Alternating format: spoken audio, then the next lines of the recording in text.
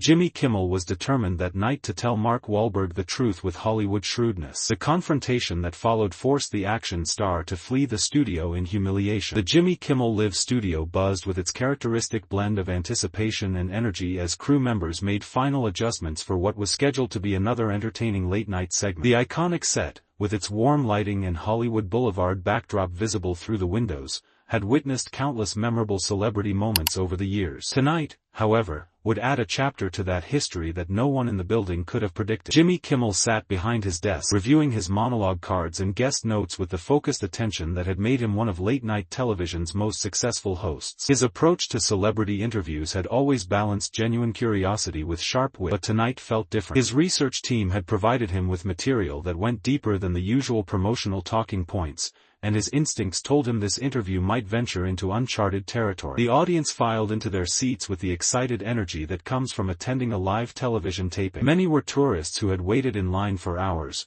while others were industry insiders who understood they might witness something significant. The atmosphere carried that electric quality that experienced performers learned to recognize, the feeling that anything could happen once the cameras started rolling. Guillermo Rodriguez bustled around the set with his usual enthusiasm, checking details and preparing for his various comedic segments. As Jimmy's longtime sidekick and security chief, he had developed an instinct for sensing when interviews might take unexpected turns. Tonight, something in Jimmy's demeanor suggested they were in for more than routine promotional banter. At exactly 6:45 p.m., a black Range Rover pulled up to the El Capitan Entertainment Center on Hollywood Boulevard. Mark Wahlberg emerged wearing a perfectly tailored navy suit with a crisp white shirt, his appearance carefully calculated to project both Hollywood sophistication and Boston authenticity. His smile was confident as he waved to the small crowd of fans who had gathered outside, but those who knew him well might have noticed a slight tension in his jaw that suggested he wasn't entirely comfortable with certain aspects of tonight's appearance. His entourage was notably smaller than many A-list celebrities typically brought to late-night shows, just a publicist and a single assistant. This streamlined approach reflected either confidence in his media skills or a desire to project the everyman image that had become central to his brand. Either way, it would prove to be a significant miscalculation.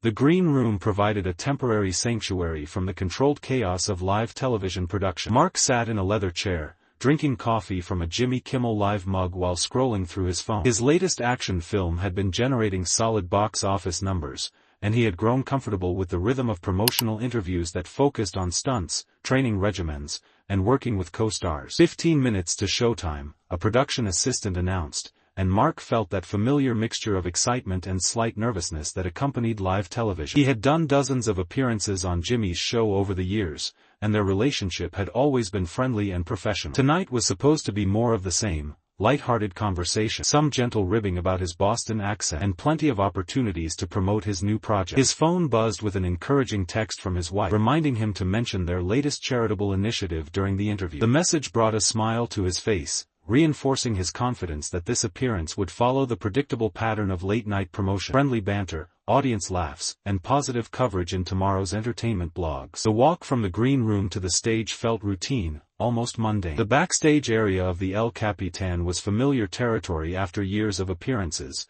and the crew members he encountered offered the kind of professional warmth that had made these shows comfortable stops on promotional tours. This familiarity would soon prove dangerously misleading. Jimmy greeted him warmly as he approached the interview area, their handshake accompanied by the kind of genuine smile that had made their previous interactions so comfortable. "Marky Mark, great to see you, buddy. Ready for another fun conversation?" "Always ready for you, Jimmy," Mark replied, his Boston accent adding its characteristic flavor to his words. "Thanks for having me back on the show." The pre-interview small talk continued for several minutes, discussions about Mark's new movie, his workout routine, and how his kids were doing. But beneath the surface pleasantries, professional instincts were already at work. Jimmy had noticed something in Mark's demeanor that struck him as slightly more guarded than usual, a quality that immediately activated his interviewer's curiosity. 30 seconds to live, the floor director announced, and everyone took their positions. Mark settled into the guest chair with practiced confidence, adjusting his jacket and crossing his legs in a way that projected both relaxation and authority. His movie poster was prominently displayed on the backdrop behind them, perfectly positioned to catch the studio lights. The red recording lights blinked on, and suddenly they were broadcasting live to millions of homes across America.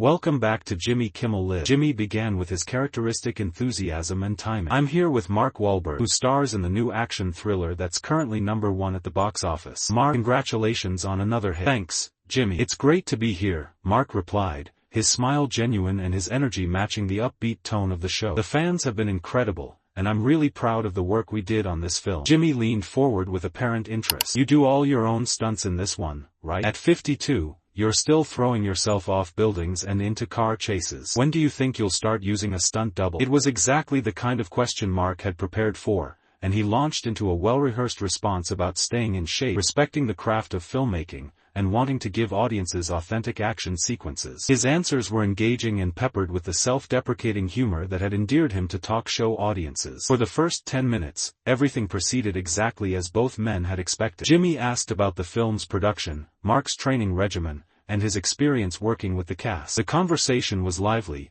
punctuated by audience laughter and the kind of easy chemistry that had developed over years of successful interviews. But then Jimmy's tone shifted in a way that was almost imperceptible to viewers but immediately obvious to Mark. His smile remained warm, but something in his posture had changed, a subtle straightening that suggested he was about to move beyond simple promotion into more challenging territory. You know, Mark, Jimmy said, setting down his index cards and looking directly at his guest, I've been thinking about something as I watched your career evolve over the past few decades. The slight change in approach activated Mark's internal warning systems, though he maintained his composed exterior. Oh yeah? What's that? Jimmy leaned back in his chair, his expression taking on the focused quality that had made him one of late-night television's most skilled interviewers. You've done such an amazing job reinventing yourself, from rapper to actor to producer to businessman. It's really impressive. But I'm curious about something that's always bothered me about Hollywood redemption stories. Mark's smile became slightly more forced, though his media training kept him appearing relaxed. What do you mean? Jimmy's voice carried a note of genuine curiosity that made his next words more impactful. Well, you've talked openly about your troubled youth, the mistakes you made,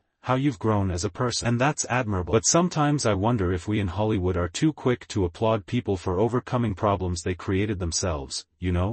The question landed with unexpected force, and Mark's carefully maintained composure flickered for just a moment before his defensive mechanisms kicked in. I think everyone deserves a chance to grow and change, Jimmy. That's what America is supposed to be about. Absolutely, Jimmy agreed, but his follow-up revealed the steel beneath his conversational tone. But there's a difference between personal growth and public rehabilitation, isn't there? Like, when someone commits serious crimes as a young person, and then becomes successful, do we focus too much on the success story and not enough on the victims? Mark's hands, which had been resting casually on the armrests of his chair, began to grip them more tightly. I think that's a pretty heavy topic for a late-night show, don't you? Jimmy's expression remained friendly, but his persistence was unmistakable. Maybe, but you've built your brand around being this authentic, straight-talking Boston guy who's overcome his past. Don't you think authenticity includes acknowledging that some things can't just be overcome with success? The studio audience, which had been enjoying the light-hearted conversation, began to sense that something significant was happening. The laughter died down,